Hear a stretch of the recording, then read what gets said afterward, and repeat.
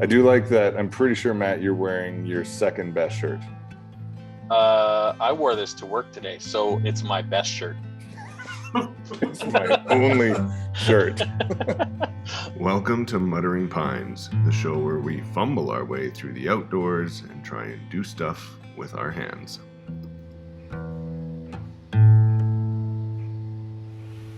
I've been at home so long without having to show anybody my pants that most of my jeans have just holes in them, like in the ass. It looks like I farted holes into my pants. Because I do, because I'm 44 years old, and that's how that works now. Yeah. My pants were so loose today from not washing them and going grubby that I wore them to work, and I wanted to change them into my pajama pants when I got home. But I figured I should probably wear pants for this meeting. That's fair. Yeah. Yeah, I did wear pants. Yeah. I did not want my heater to kick on during this, and so I tried a preemptive strike, and it's currently 27 degrees in here. So you're not wearing any pants at all? I am. It's, if I stand up, it's going to be, we're going to have to stream this somewhere where people pay for stuff like toilet cams and stuff like that. Ooh. Well. Yeah. Well, cheers, guys. Cheers. Oh my Scott. God. Scott, you're going to cheers me with your phone. All right. Yeah. Well, we're off to a good start. Should we just end it? I'll be right back. Yeah. Bye. You Thanks for coming. kidding me? You're leaving? Yeah. We just started and you're leaving. He just left through the tiniest door in the world. It was like watching a mouse leave. It's awful. God, I hope he comes back with like crackers or cheese or something. Oh yeah, extra loud bag of chips. Guaranteed he can also still hear us. Yeah, with his, I suppose he does have headphones. Yeah. That's awkward. I don't take anything back, but it's awkward. I agree. You know what's crazy is the range on Bluetooth headphones. Yeah, I figured. So, okay, we're doing this again. Blue Buck, appropriate. Blue Buck. What are you drinking, Matt? I'm drinking some Sleeman's Honey Brown. Oh, that's a good one. And I'm drinking your classic Dirt Boy beer, Pilsner. Pilsner, I have a Pilsner coaster at work, and that is how I know which chair is mine, because all chairs at work are like this. They're the same. So I stuffed a Pilsner coaster in mine. So I can always get my chair. So I don't have to sit in that fucking chair. Yeah, I'm blowing holes in my jeans over here. It also smells like ass. Yeah. So cool. This is it. We're doing it. We're starting a thing. We're going to see if it works. I'm surprised. I'm excited to see the 0 people that listen to this and or watch it. That is going to be like, just watching that ticker sit at 0 is going to be like watching my stocks always never go green. Flat. No, the only benefit is your stocks go negative. You can't go less than 0 on YouTube. That's true. Already, this is way better. YouTube pays better than life. Yeah. So today, let's do some land management purchasing stuff, because I think, as you put it, Scott, it's a very topical topic at the moment. And does that like topical? Like, is this something we put on a sore, like an open wound or a rash? I thought it was topical, and I thought it was interesting that we all have a different point of view on it right now, where you yourself currently are a property owner, and I'm trying to be one at the moment, and Matt is in a family of property owners, and so we have these 3 different views on it right now, and how weird it is to try to buy property just generally, or try to be an owner of property is kind of a strange endeavor, especially if you've never done it before. Yeah. And here, I want to start off with this. This is something I find kind of very interesting, especially after like COVID. All these people, like the mass exodus out of the city, people are like, oh, I can work anywhere now. So I want to go off grid. Right. I want to buy a little piece of land. I'm going to make my A-frame. I'm going to work from there. I'm going to live off grid. People are going to travel around in campers all the time, they say. Yeah. But like, what I don't think people understand about living off grid, like if you're going to live off grid, like it's a full-time job staying alive. Not off grid, as in I live on a piece of land with Wi-Fi, internet, power, sewer, water, in a house with a road and running water. So yeah, living far away from the city is not being off the grid. That's not the same thing. Not like the place Scott's buying right now, where it has a furnace and a hot water tank. Yeah, it doesn't have a hot water tank. It has a tankless water heater. It already has better hot water than my fucking home does. So it's goofy. But it has no electricity other than it has a generator. Yeah. Yeah. So did you buy it yet? Is it gone through? No, we're just waiting on financing to clear right now. That's the weird part, is how do you buy this piece of property? It's not like you don't go get a mortgage for it. It's not a house. And it's not like the land it's not some lot in some municipality. It's a piece of agricultural land. So the whole purchase process for it is different. And what my wife and I found out almost immediately is that in the city, no banks have any idea how to purchase a piece of land that is outside of the city limits. It's a complete mystery to the frontline banking staff in a city like Calgary, which I thought was just hilarious. Yeah. And for context to the empty vastness of nobody listening, myself, we have 160 acres, a few hours north of the city, and another quarter section. Exactly. It's not a lot, is it? It's not a lot. A quarter section, another quarter section directly adjacent to ours came up for sale. And that is what Scott and his family are looking at purchasing. Because for some reason they think being neighbors with us is going to be a good idea. But like of all the places in the world you could have bought, you had to buy literally something connected to him.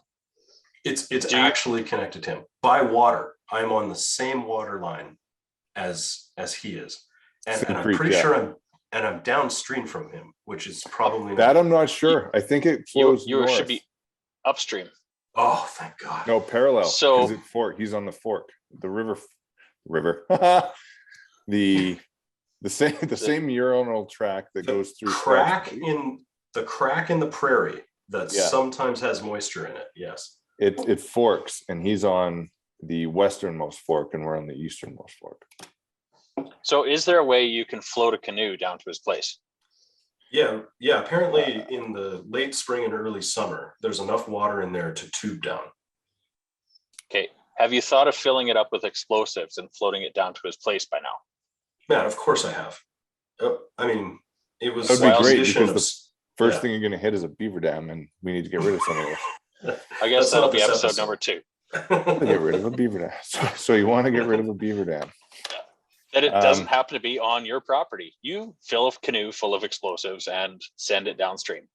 I feel like the alternate title of that episode might be "So You Want to Lose Both Your Hands."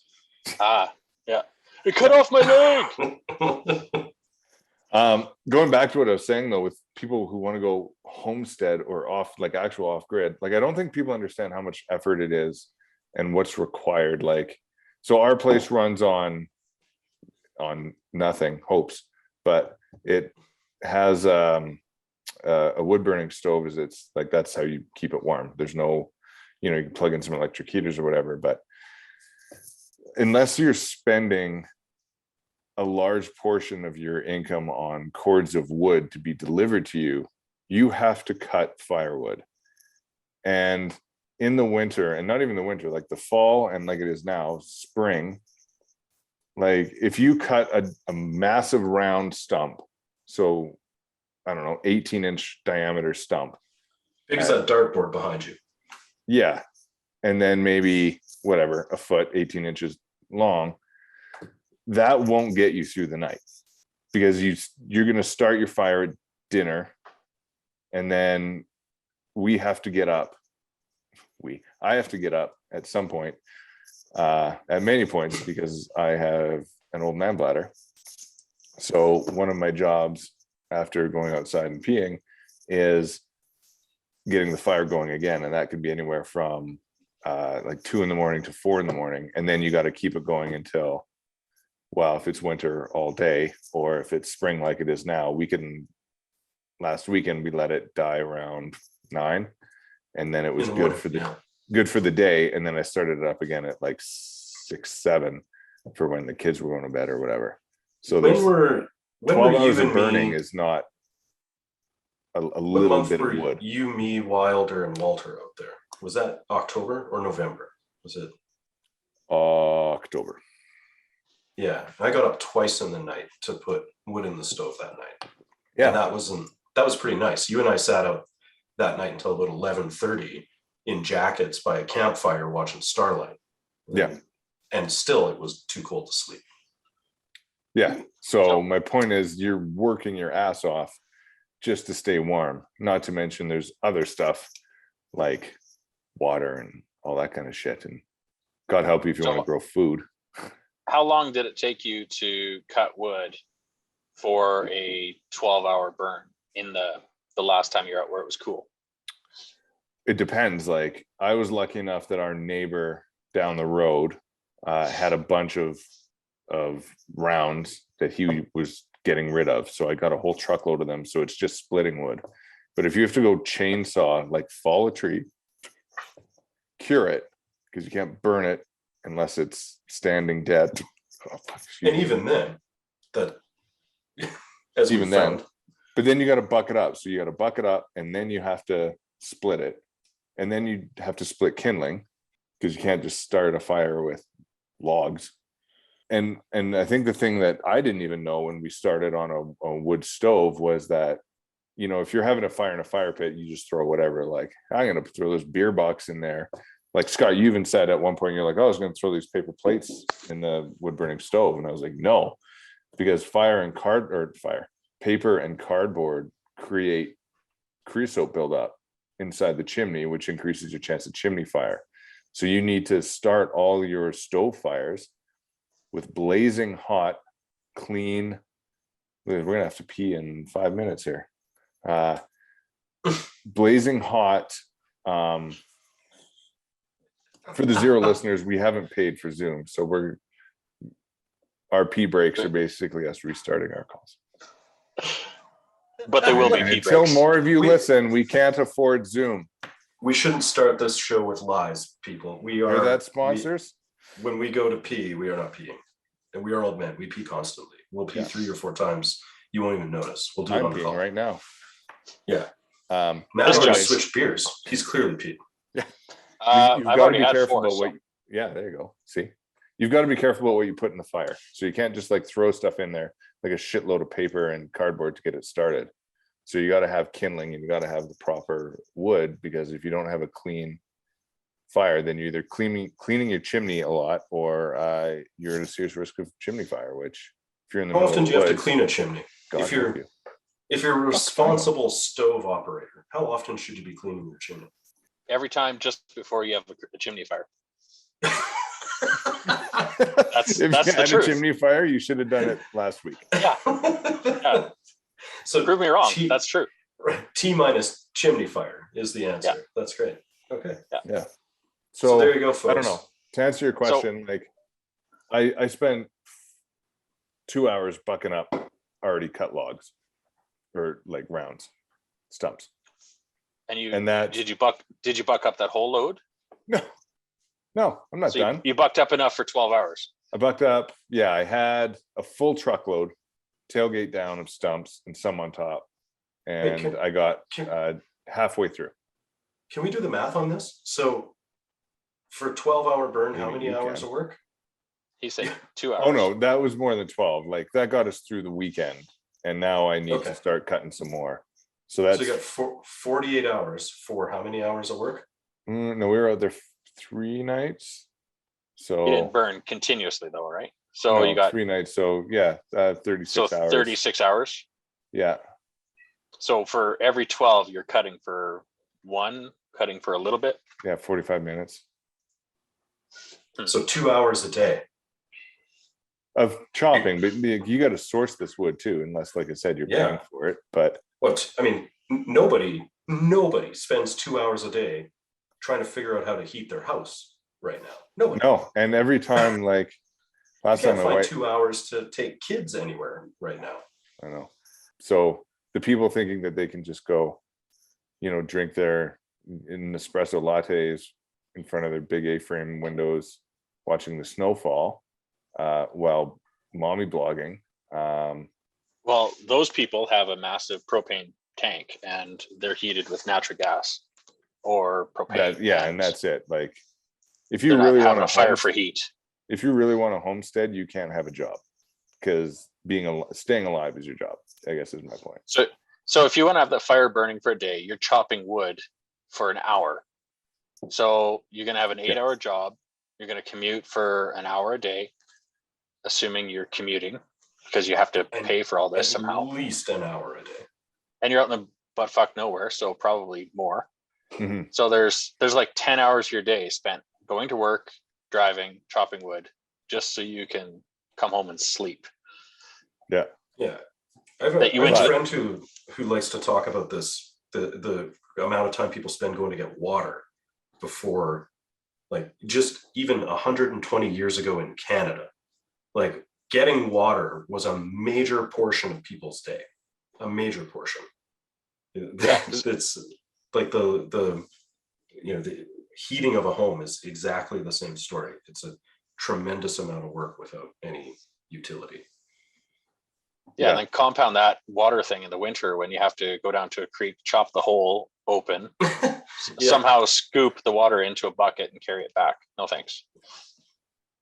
But luckily nowadays we have stuff like wells, which if you buy rural property, you're gonna need a well, because I don't know of anywhere shy of like the mountains here where I would drink the water. No. From even if like a running, so like a stream or whatnot. Especially downstream of Scott's new place. Yeah. All your watershed is now contaminated. Yeah. That's like, sure. I think anyone, like, if you're drinking that water downstream of Scott's place, that whole area is going to be renamed to like Dysentery Hills. Yeah. They're going to start filming The Last of Us there, but they're not going to have to do any set dressing. It's just going to look like mushroom people everywhere. It's like beaver fever, but Scott fever. But I'm the beaver. King fever. Yeah. Yeah. King fever. Before we take a quick break, we never introduced ourselves, which is probably the best thing. Best start. I don't know. I don't think really anybody cares, because 0 people don't care. Well, let's do it anyway. For the 0 person. I am Darren Northcott. I'm Scott. I am, and I'm interrupting. I am Matt Lucas. All right, P break. Scott, I want to go back to what you said about purchasing and like financing, because I feel like maybe we jumped into it a bit. So if I want to be a rural landowner, I'm interested in your sort of current experience with the financing of a agricultural or rural property. Cole's notes, because I don't want to hear your voice too much, but Yeah, it's not the boring part, it's your voice. It's not what you're saying, it's just where it's coming from. I hate you both so much. Oh, such assholes. It's weird, because I mean most of the connections that my wife and I have for doing stuff like buying property or whatever are with our bank here in the city. Yeah, it's 26 degrees in there, because you don't have to burn firewood, because I'm gonna be so skinny at the end. Anyway, so the banks that we have to go to for this are in the city. They're where our mortgages are, right? That's who we're going to go to. But they're not equipped anywhere to figure out how to purchase an agricultural property, which means you either have to go through farm credit or be able to purchase it with some other sort of personal financing. So that really leaves 2 options for somebody like me. I can either do it through a line of credit, like a home equity line of credit, or I can do it through farm credit. I can go try to get approved to do that. So in an agricultural property like the one that I'd like to buy, to use as a recreational property purchased through farm credit, which would require a business plan, would mean that I'd have to create a business plan that shows I'm the world's worst cattle rustler, because it's not there to turn a profit. It's there to drive quads around on and, you know, have campfires and hang out with you guys. So that part of it makes it complicated to purchase a piece of property that you're not planning on developing a whole house on. Quick tidbit on that, when you said it's agricultural land versus recreational, and Matt, I think you first enlightened me on this, but the minute the status or the county feels the status of your land has changed from agricultural to recreational, your taxes are tenfold. Yeah, your taxes go through the roof. So agricultural land will have something like a $30 a year tax status. As soon as you decide to do something with it, it's not pure farming, and then it becomes recreational, and then the county will charge you something like $1,000. Yeah. And then if you just turn that into a residential where it's no longer either, it's now you're going to pay $6,000 or some $1,000 for the value of that residential land. Like ours has a cabin, like a structure or a dwelling. They don't even care if it's a house, it's a dwelling. But we have a hay field which gets hayed every year. Yeah. And that maintains it even with the dwelling, and taxes are based on structures and stuff like that. Like if we added more and more and more, our taxes go up more and more and more, because every year they ask you, hey, did you add to the property? Yeah, I added another cabin. Okay, and they tax you a little bit more. But the minute you're not farming it or leasing it out for cattle, or have a power line lease on it like I do. Right, but that doesn't attribute it to agricultural land. Oh, it doesn't? Okay. No. So I have to have cows on it. It's no different than the pipeline that cuts through the corner, or the gas line that goes under the corner. It doesn't attribute it to any type of land status. What does is the use of it. So if you put cattle on it, then you can maintain your agricultural status forever. Right. But the minute you don't do agriculture stuff, then it becomes recreational and your taxes go up. So I'm incentivized to keep it agricultural, which is fine by me. I want the cows on it. There's crown land behind it. Good. The guy down the road from us is a very nice man, and he needs the cow land. Happily, you can have all the room he wants. Cow land, eh? That's the It's professional. It's the new homeowner's term. You know, Matt, when you've been doing this as long as I have, you get to know the lingo. What are we supposed to say, Matt? Well, it'd be pasture. But right. It is pasture. But no, cow land. That's the proper term now. Cow land. Don't question me. I didn't. I stated it's an awesome term. So in terms of purchasing it then, Scott, so you got two options. Yeah. City guys don't know their ass from a tea kettle. No. As soon as we talk to somebody from CIR, it's going to sound like we're sponsored by them or something, but as soon as we talk to somebody from CIR that was in the area where that property was, it was like a completely different story. It like they knew exactly what to do. They had processes for it. They had questions for us that we hadn't been asked yet. Like they knew what they were doing right away. You know, if I didn't know you guys and I didn't have at least a little bit of knowledge about this kind of thing, I'd have been screwed. There would have been no way I could have figured out how to purchase this. You can't get a mortgage on your property because it doesn't have a full-time dwelling. Is that how that works? Or it's not zoned residential. It doesn't have a full-time dwelling. Yeah. So you can get a farm mortgage. Mm-hmm. But the thing I don't think people realize, if you're getting an agricultural mortgage, is unlike purchasing a residential home, at least here in Canada or Alberta, when you like what is it, you can put 5 or 10% down. For agricultural land, you are looking at, depending on the land itself, 25 to 50% down before that's a good thing. Look, land is super cheap, and coming up with that kind of down payment's awesome. Yeah, for the majority of people. Yeah, I think we also forgot the true way that most people get money is crime. So just pure theft. Yeah. So you want to do crime? Yeah, you want to own a rural property and become a land baron. First, you have to become a crime lord, or just a slime ball and steal everything. And I imagine, like, if we ever get listeners, No, which we won't. I'm good with it. The ones outside of Canada, we don't really know much about it, but my understanding, at least of the majority of the states, is that if you want land, you just go take it from someone less privileged and probably less white than you. And that's my understanding of how inner America works. Jesus H. Christ, I have to fly there next week. Sounds awful. You don't have to anymore, because the border. Anyway, that's my understanding of America, is just take it from people less fortunate than you. Yeah. I don't think we're innocent in that one either. No, but at least we're saying sorry now. And always. That's our gig. So, okay, let's assume you figure out your financing and you've purchased your land. I think, at least for us, when we got it, there's all sorts of things that you start realizing that need to happen. And I have a question for you, Matt, because you help maintain a 20-acre farm. Mm-hmm. And you have a bunch of, I don't even think they're trails, they're almost roads. It's a pretty sweet selection of they're 6-foot wide trails that were cut through years and years ago, and they're maintained by lawnmowers. Okay, thanks for, I don't even get to ask the fucking question. So, okay, here, you want to back that up here? Yeah, cut this. Matthew,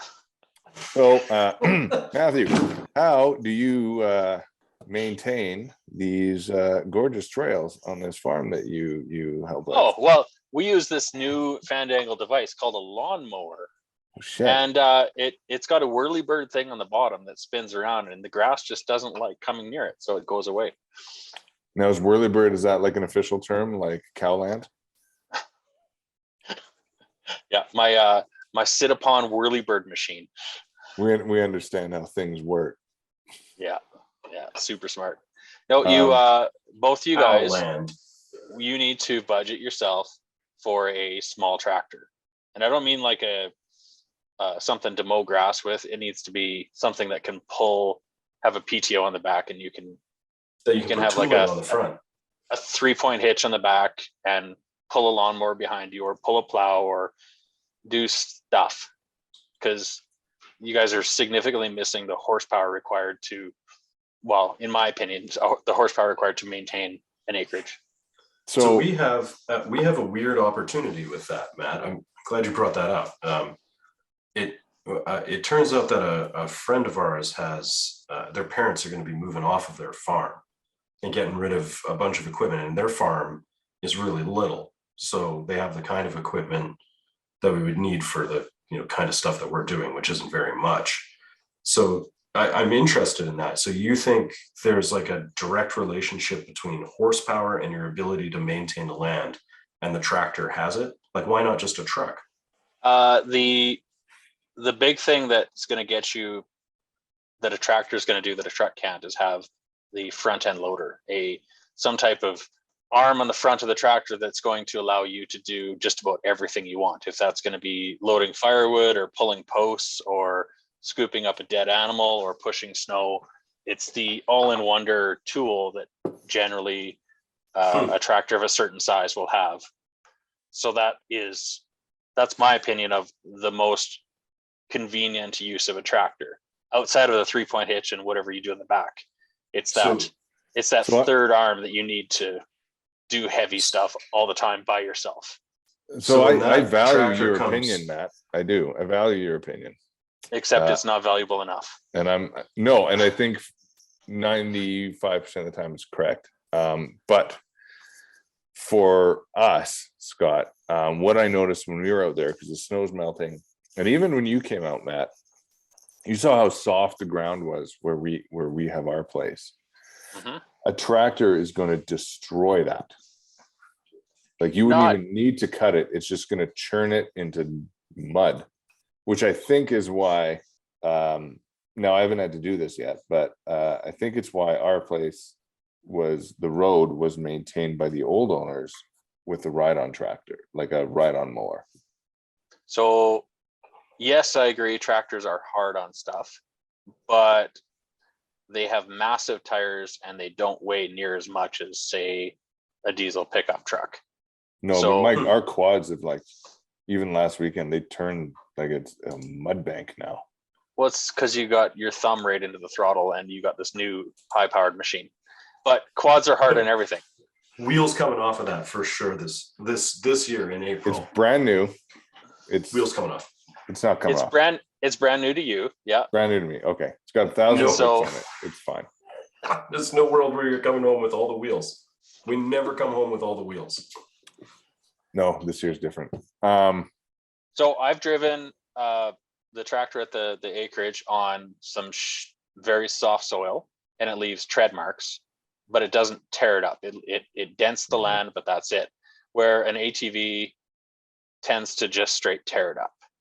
So what we do is, are you talking that green one? The bigger tractor is the one I'm talking about, where it dents the ground but doesn't tear it up. And then you haul a lawnmower blade behind it, basically. Yeah. And that lawnmower blade is more than enough power to be able to cut down small trees, like maintain saplings and stuff that want to grow in your cut lines. A ride on lawnmower can be gotten for $1,500. Yeah. But good luck stepping into a tractor for like around 20 now. Yeah. And now 20 is probably Yeah.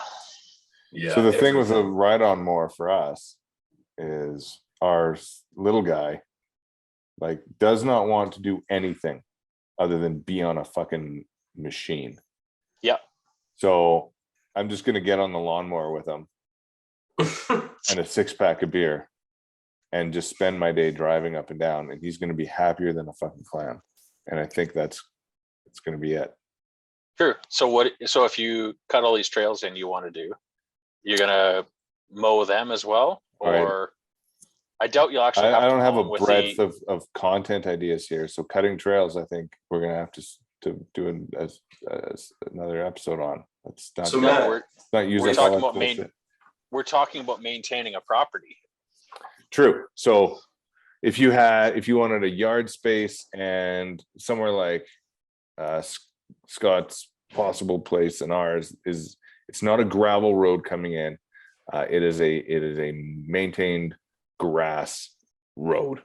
It's a dirt road. Yeah. Not a gravel, but a dirt road. It's not even dirt. Outland grass road. Because it's not dirt.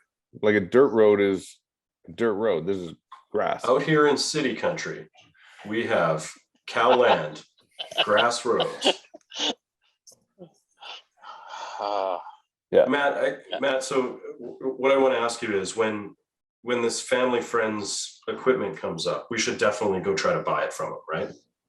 I would say yes. Generally, I would overall say your life is going to be beneficial if you own a tractor for what you might want to do. Now, family friend deals are generally a lot better than just buying some shit at the auction because you don't really know anything about it. So I'd step towards that before going to an auction or trying to buy something at the John Deere dealer. But this guy's depends on what it is. Fussy. He's fussy about his stuff, and those are the best people to buy stuff from. City, so yeah, okay, that's good advice. I appreciate that because when it came up, it kind of rang true with us. The place he maintains with it is smaller than the one that we're thinking of buying, so we think it's probably right for the amount that we're going to use it. Before we bore people too much, let's talk about a couple of the other things that are super important for owning land if you want to live on it or recreate on it, and that is power and water. Well, I was going to say have lots of money. And we talked about that. No, you just need lots of money. Yeah. Okay. Yeah, and that solves power and water. So I guess next we're done. Great. Money. So show's over. Money. Cutting trails money. Right. So Darren, you have a pre-drilled well of what depth is it? Oh fuck! This one's beauty. I think we're pushing 300 feet. That's so that's super deep. Super deep. But the water is, aside from a slight sulfur smell. So one thing, when you get it, you should get it tested. You can take a sample to your nearest large town, and they have labs, and they'll run E. coli and all that kind of shit on it. Ours came back clean, so we just throw ours into a Brita, and it tastes better than bottled water you can get. But I know the neighbor down the road, his is only about 150, and the average I think for Alberta is in the 150 to 180 range of the depth. But those you're looking at well, what do you figure? 12 grand to drill a well? It's a certain number of dollars per foot. And that, like, hopefully they've done their due diligence and you luck out and they hit water. Because if they don't, then it's just another 12 grand. So we just, the place that we're looking at is a 6-inch, 300-foot well drilled into it. It's crazy. Yeah, it's about what ours is. So my mom just punched a well at her place down to 150 feet, and it was $8,000 as of fall of 2021. So pretty current pricing. That does not include a pump or electricity or anything else. That's a hole in the ground that has casing. And for context, a well pump, because we had to replace ours in BC, was about $1,200 to $1,500. Was that all? I thought it was more. Yeah, to get you about 100 and some feet or meters. At your cabin in the cusp, yeah, 100 meters easy. Yeah, so you'd probably want about the same pump. So you're looking about $1,500 for a pump, and then you got to run power to it somehow. And you got to have a tank inside. You got to have a holding tank. Well, that's the other thing. If you want to plumb your cabin, so our cabin is not plumbed. We just get our water from the well, which is a straight discharge right out of the well itself. Into a bucket. Not unlike my ass when I eat any food, because I also am over 40, and that's how that works. So yeah, you flip the switch on, shoots water out, you turn it off. But inside you need to get a pressure tank, and then that fills it up and it'll turn the pump off so it doesn't burn itself out. So a friend of mine told me that the price of installing power and pressure tank and all the other doodads is about equal to the cost of drilling a pump. So drilling the well. If you punched an $8,000 well, you would budget about $8,000 to put in all of that extra, the power, the pressure switches, all that shite. So $16,000 just for basic water service. Yeah. And then you get to go through the other fun of having a utility bill all year round just to heat and keep that water liquid. Yeah. If you're there or not. Yeah. Like we keep our place in the cusp at about 10 degrees, I think, in the winter. So that's the other thing. You got to run heat tape down your pump well and your line so that you can get water out of it in the winter. Yay. So being off the grid's a real pain in the ass. Pardon? Yeah. So being off the grid's a huge pain in the ass. It's a hard life, but it's a good life. I think. Settler life. Oh, settler life. Living I'd to the ripe old age of died at childbirth. I think I'd much rather pay for electricity than have to go chip water out of a creek to scoop water up every day. Yes. Fuck yes. So now that you brought it up, electricity is a great one. So Scott, the place you're looking at is run on a generator. Has a generator, no batteries. Yeah, so that's an option, is you run a gas or diesel generator. You can run solar, but the cost of putting in solar is not cheap. It's not as bad as it used to be, actually. I've been looking into it. But it's still not cheap. No, it's not cheap. But here's the thing about it is that it's way cheaper than you think. And we're not talking about trying to power a house with air conditioning. We're talking about a place that has like a couple of plugs, a couple of lights, and fridge. A fridge. Fridge is and big. That's where things get complicated. But those little under the bar fridges that you buy, or the apartment fridges that you buy at Costco, those little Danby jobs, they have really low wattage. So if you're in a small cabin, like the one that's on the place that we're looking at, then solar is viable if you have batteries. Otherwise, you have to have a really big solar array, and Yeah. that's when it starts to get expensive. And if you want power, there's a reason when you look at like big plots of land, everyone's places, the residents are right on the road. Yeah, because at because least power poles. here, $10,000 to $12,000 a pole to put power It's into your place. ridiculous.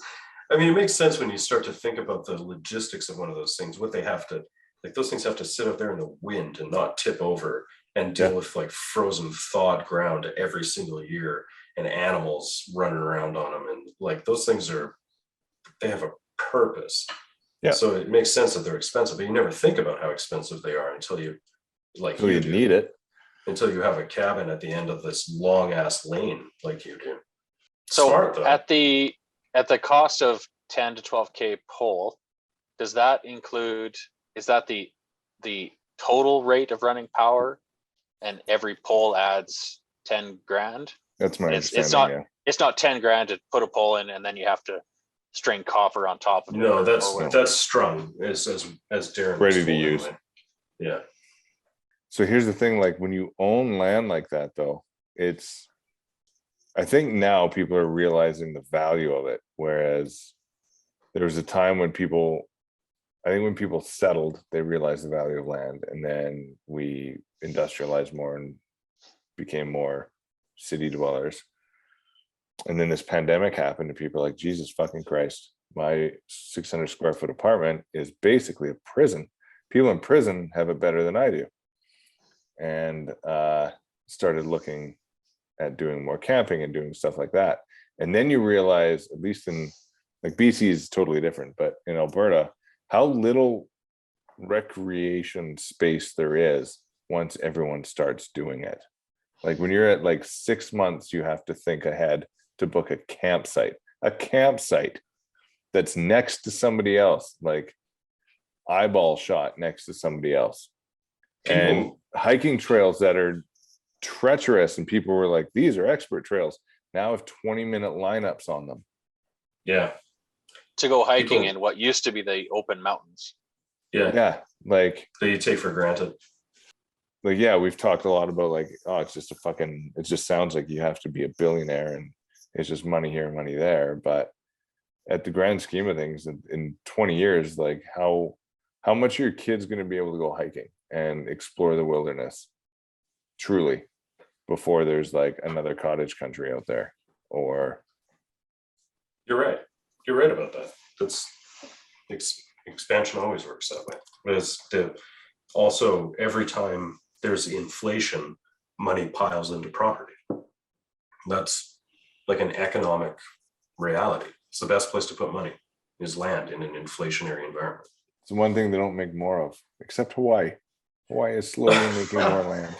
Yeah, we keep making more land. I think that's a horseshit statement.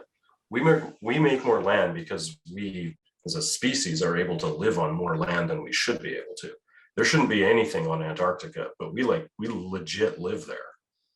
You know, I'd argue those people parts of Calgary shouldn't be lived in, and we live in them. Fair enough. It's cold here. Yeah. Why do we live someplace where the air hurts my face? Yeah, I used to when I used to smoke cigarettes, I used to go outside with this dude named Dave at work. And Dave said to me one time, we were out having a cigarette. It was fucking cold. It was like, you know, the snot in your nose freezes as soon as you breathe in cold. And we're dressed for like office work. So we were really freezing our asses off having these cigarettes. And Dave looks at me and goes, why did we put a fucking country here? And I had never really thought of it that way before, but I'm like, yeah, this does seem like a terrible spot to settle. But well, I'll tell you why. I'll tell you why you live somewhere where the air hurts your face. Because if you go east, the air hurts your bones. Oh my God. Humidity plus cold. You're right. I take it back. That's the fucking so like you're like, Jesus winter. Christ, it's cold. And you like get into a house and you're like, Jesus, I'm fine. But out east, it's like, oh my God, my whole body's cold. And you get into a house and you're like, good God, my whole body's cold. And then 2 hours later, you're like, I'm still kind of cold.